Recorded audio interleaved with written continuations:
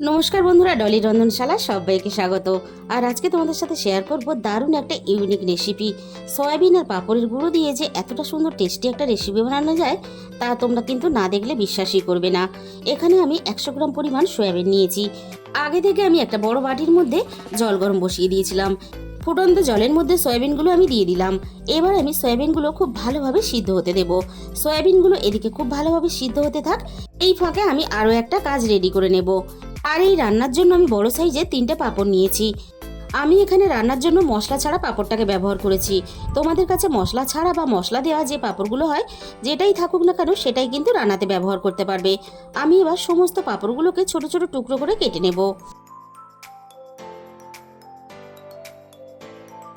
সমস্ত পাঁপড়গুলো আমার কাটা রেডি হয়ে গেছে। এবার আমি একটা মিক্সিং জার নিয়ে নিয়েছি।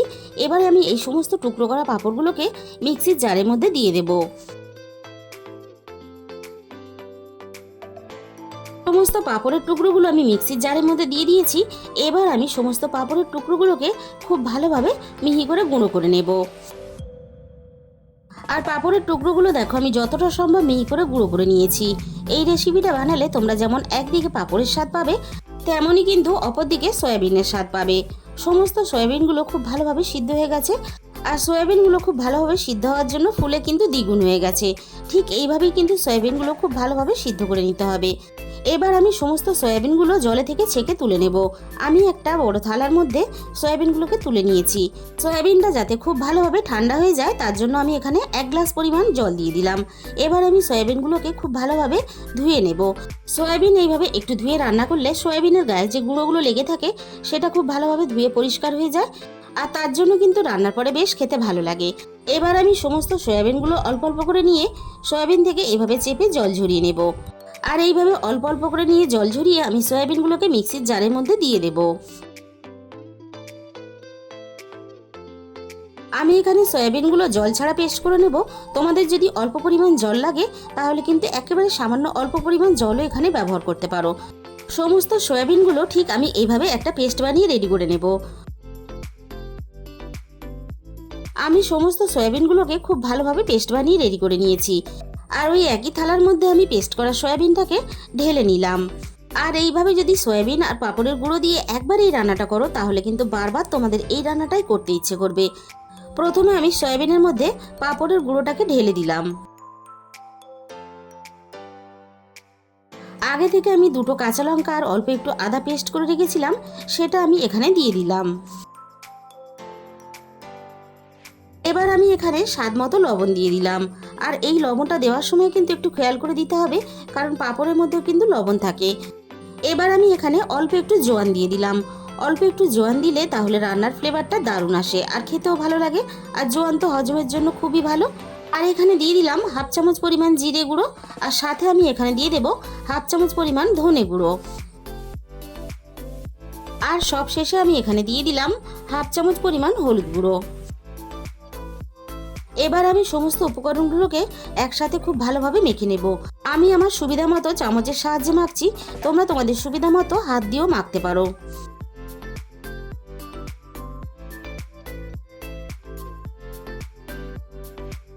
সবকিছু আমি একসাথে খুব ভালোভাবে মেখে রেডি করে নিয়েছি।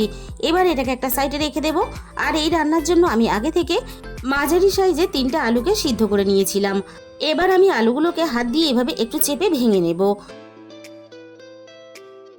আর এই রান্নাটা সিদ্ধ আলু দিয়ে করলে তাহলে খেতে বেশ ভালো লাগে আর রান্নাটাও বেশ তাড়াতাড়ি হয়ে যায়। এবার আমি মেখে রাখা সয়াবিনটাকে রান্নার জন্য রেডি করে নেব। অল্প অল্প করে সয়াবিন নিয়ে এভাবে হাত দিয়ে একটু চেপে গোল গোল করে আমি এভাবে চ্যাপ্টা একটা শেপ দিয়ে রেডি করে নেব। আমি এখানে আমার সুবিধা মতো একটা শেপ দিয়ে রেডি করে নিলাম। আমি সবগুলো ঠিক একইভাবে রেডি করে নেব। তোমরা তোমাদের পছন্দ মতো শেপ দিয়ে রেডি করে নিতে পারো।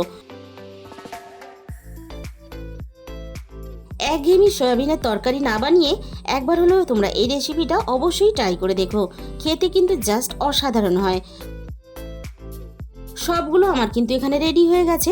এবার আমি এটাকে একটা সাইডে সরিয়ে রেখে প্রথমে আমি একটা মশলা বানিয়ে নেব। এর জন্য আমি মিক্সিং জারের মধ্যে রান্নার প্রয়োজন মতো অল্প একটু আদার টুকরো দিয়ে দিলাম। একটা মাঝারি সাইজের টমেটোকে আমি 4 টুকরো করে দিয়ে দিলাম।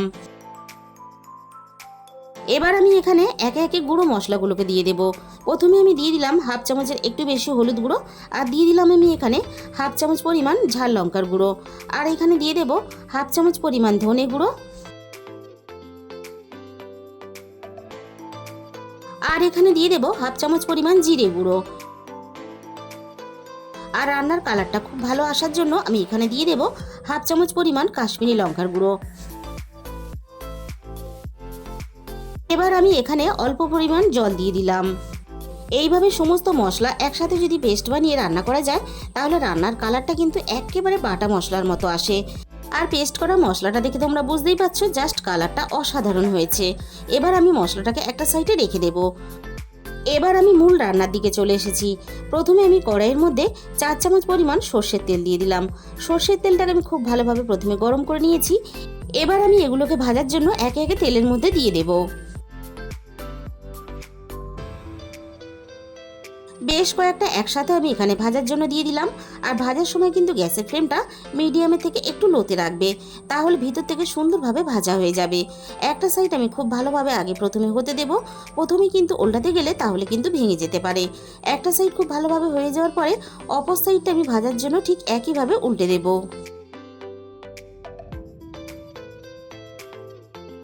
আর এই রেসিপিটা যে শুধু তরকারি বানিয়ে খেলে ভালো লাগে তা কিন্তু না, গরম গরম চায়ের সাথেও কিন্তু খেতে বেশ ভালো লাগে। সব কটা দেখো আমি একইভাবে উল্টে পাল্টে দুটো সাইডে ভেজে নিয়েছি। এবার আমি এগুলোকে কড়াই থেকে নামিয়ে নেব।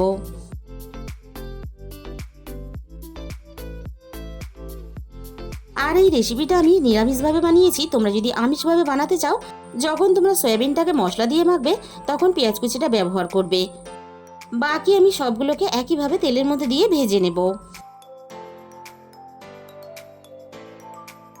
বাকিগুলোও ঠিক আমি উল্টে পাল্টে দুটো সাইড একইভাবে লাল লাল করে বেশ ভেজে নিয়েছি। সবগুলো আমার একইভাবে ভাজা রেডি হয়ে গেল। এবার আমি কড়াই থেকে নামিয়ে নেব।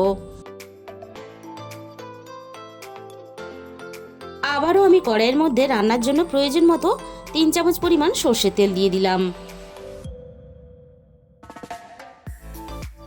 তেলটা আমি প্রথমে খুব ভালোভাবে গরম করে নিয়ে এবার আমি ফোড়নে হাফ চামচ পরিমাণ গোটা জিরে দিয়ে দিলাম।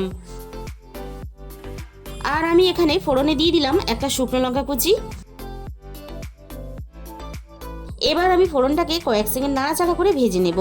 ফোড়ন থেকে যখন সুন্দর একটা মিষ্টি গন্ধ বেরিয়ে আসার সাথে সাথে এখানে আমি যে মশলাটা আগে থেকে রেডি করে রেখেছিলাম আমি এবার তেলের মধ্যে দিয়ে দিলাম।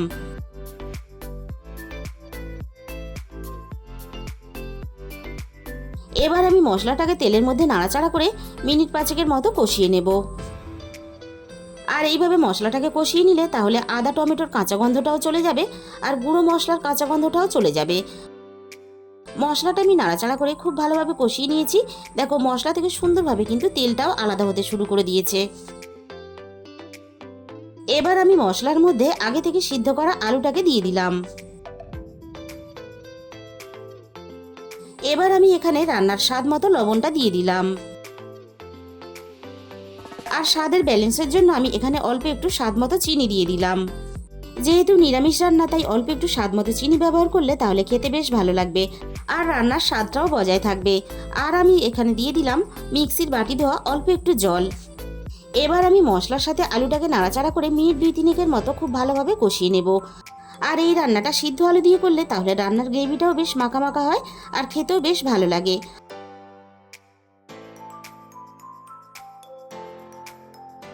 আলুটা আমি মশলার সাথে নাড়াচাড়া করে খুব ভালোভাবে কষিয়ে নিলাম। এবার আমি এখানে রান্নার প্রয়োজন মতো জল ব্যবহার করলাম। এখানে কিন্তু জলের পরিমাণটা একটু বেশি ব্যবহার করতে হবে। যেহেতু আমরা সয়াবিনের সাথে পাঁপড়ের গুঁড়ো ব্যবহার করেছি তাই কিন্তু একটু ঝোল টানবে, তাই সেই হিসাব করেই কিন্তু এখানে জলটা দিয়ে দিতে হবে। এবার আমি ঝোলটা ফুটে ওঠার জন্য অপেক্ষা করব। আর ঝোলটা ভালোভাবে ফুটে ওঠার জন্য আমি এখানে কড়াইয়ের মধ্যে ঢাকা দিয়ে দিলাম। সিদ্ধ আলু দিয়ে আমরা রান্নাটা করেছি তাই কিন্তু রান্নাটা হতে খুব বেশি সময় লাগবে না। তার জন্য কিন্তু আগে ঝোলটাকে খুব ভালোভাবে ফুটিয়ে রেডি করে নিতে হবে, না হলে কিন্তু রান্নার স্বাদটা খুব ভালো হবে না। ঝোলটাকে আমি মিনিট 5-7 মতো খুব ভালোভাবে ফুটিয়ে রেডি করে নিয়েছি। এবার আমি ঝোলের মধ্যে একে একে সয়াবিনের চপগুলোকে দিয়ে দেব। আর বন্ধুরা, যে কোনো নিরামিষ দিনে একদিন হলেও তোমরা এই রেসিপিটা অবশ্যই ট্রাই করে দেখো। গরম গরম ভাত বা রুটির সাথে খেতে খুবই ভালো লাগবে। আমি হালকা হাতে সয়াবিনের চপগুলোকে ঝোলের মধ্যে নাড়াচাড়া করে মিশিয়ে দিলাম।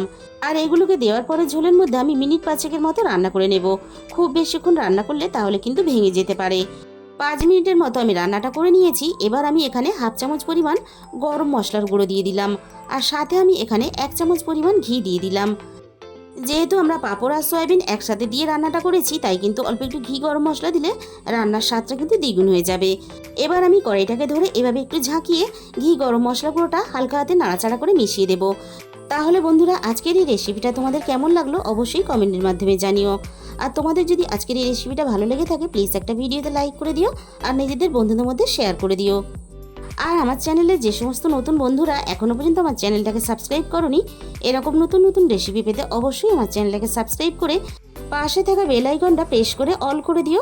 তাহলে আমি যখনই কোনো নতুন রেসিপি আপলোড করব সবার আগে তোমার কাছে পৌঁছে যাবে।